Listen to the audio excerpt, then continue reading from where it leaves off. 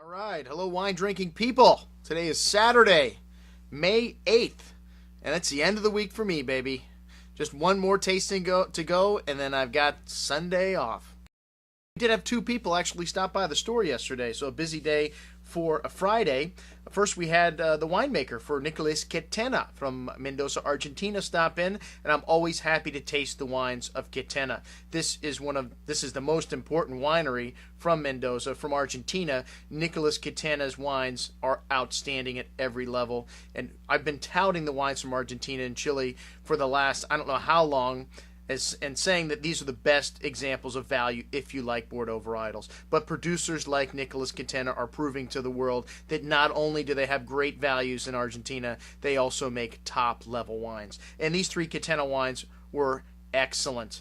And not cheap, but they're kind of the mid-level price. The Quetena Alta, the Zapata, rather, is their most expensive wine, their $100 wine, which is the pinnacle of quality in Mendoza. The Chardonnay from Quetena Alta, though, very nice, very Burgundian, very restrained, even though it had some nice oak. It had lovely balance, and it had wonderful freshness on the finish. This lovely bright candied lemon citrus fruit, light notes of toasty oak, and very nice minerality from two different vineyard sites. Very nice. And then the Cabernet, they show the Cabernet before Malbec. Didn't we go through this the other day? Someone showed Merlot before Cabernet, or Cabernet before Merlot. Anyways, Cabernet is usually a bigger wine than Malbec. One of the things I'm not crazy about Malbec is the party's all in the front of your mouth. The back of your palate kind of gets left behind at the finish, and usually the finish is a little short. But their Malbec is outstanding, and this is due to the high altitude in Mendoza that Malbec can make a single varietal wine that is complex and interesting.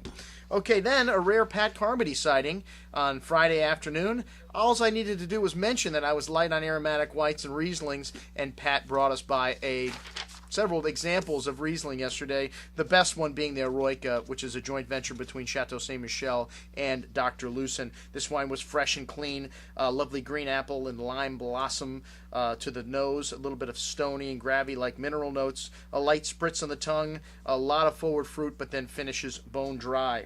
Okay, well, last night, as you guys know, we had our California Cult tasting. This is an annual event, and although I don't have all my notes up on this review, I've got some nice comparisons here between the flights. Our first flight was, first of all, we had Peter Michael Marbelle Field to start out the night.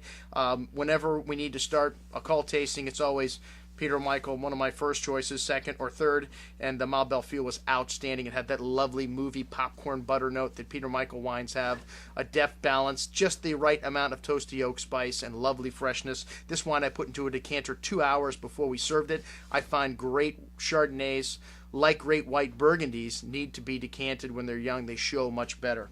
Okay, the first flight, the old dogs. Well, the 74 Heights Martha's Vineyard kind of had it in this flight. This is one of the legendary old wines of the Napa Valley. This wine still had quite good freshness to it. It had this lovely toffee and mocha note to the nose, red currants, still some lively fruit in this wine.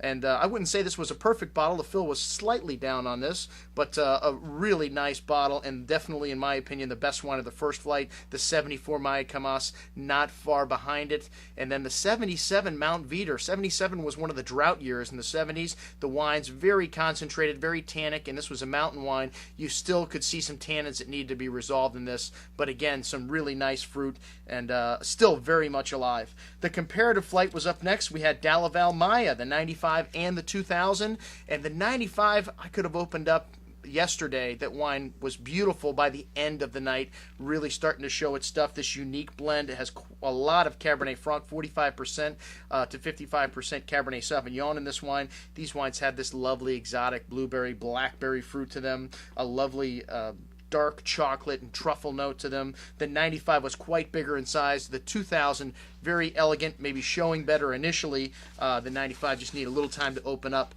And then the Colgan Herb Lamb. We had 1992, which was the very first vintage of Colgan Herb Lamb, and then 10 years later, we had the 2002. These wines very different, although initially quite similar on the nose. They had that similar terroir, that earthiness, that green tea note that I get from the Colgan Herb Lamb, but the 1992, very different how they made wine back then. This was only 13.7% alcohol. The 2002, 15.5%. So quite a bit hotter on the finish. We still got a little bit of this left. Anybody that's popping by today. And then the Harlan flight. We had 3 wines made by Bob Levy and Bill Harlan. And we had the Maiden, which is, I don't want to say the second wine of Harlan because it's a totally different blend and it's not like a declassified wine. It's a different portion of the vineyard. And then the Bond, which is a project that Bill Harlan and Bob Levy has created to highlight 5 of what they consider to be the Grand Cru sites throughout Napa. We had the St. Eden last night, and then the 2001 Harlan. This wine is a blockbuster. Like Bob Parker's notes, I've had this wine a half dozen times. It always steals the show, although all 3 wines were excellent. The Harlan Estate 2001 was a lot of people's wine of the night last night. And then the Eagle has landed. The 2003 Screaming Eagle was our finisher. Usually we do this cult tasting blind so people aren't inclined to like the Screaming Eagle the best just because it's the most expensive. But this was a lot of the crowd's favorite last night. This wine, just exotic, cassis, liqueur almost like, incredible concentration. It had this kind of fresh buttered movie popcorn note to the nose too. You get this sometimes in young red wines. But it was a lot of people's wine of the night. The money wine showed up last night. Another great tasting tonight, then our weekend's over. I'm your host, Andrew Lampasone for the Wine Watch, signing off for this week, saying remember, folks, always drink the good stuff first.